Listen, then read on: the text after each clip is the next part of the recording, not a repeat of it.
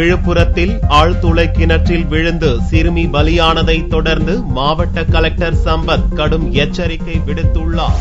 விழுப்புரம் மாவட்டம் தியாகதுருகம் அடுத்துள்ள பல்லகச்சேரியில் மூடப்படாத 500 அடி ஆழ ஆழ்துளை கிணற்றில் தவறி விழுந்த சிறுமி மதுமிதா பரிதாபமாக உயிரிழந்தாள். இதைத் தொடர்ந்து மாவட்ட கலெக்டர் சம்பத் அவசர ஆலோசனைக் கூட்டம் நடத்தினார்.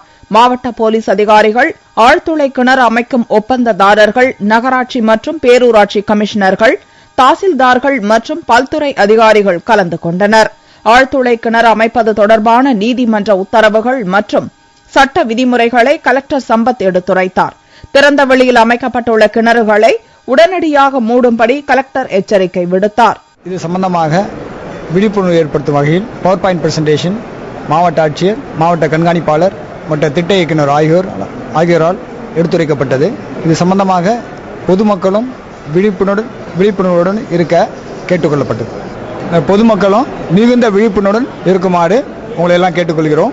அதிகாரிகளுக்கும் அனைத்து துறை அதிகாரிகளுக்கும் திறந்த வெளியில் உள்ள கிணறுகளை மூடுவதற்கு நடவடிக்கை எடுக்க அறிவுரை வழங்கப்பட்டுள்ளது. இக்கூட்டத்தில் ஆழ்துளை கிணற்றில் விழுந்து போராடுபவர்களை காப்பாற்றுவது தொடர்பான விழிப்புணர்வு படக்காட்சி காண்பிக்கப்பட்டது.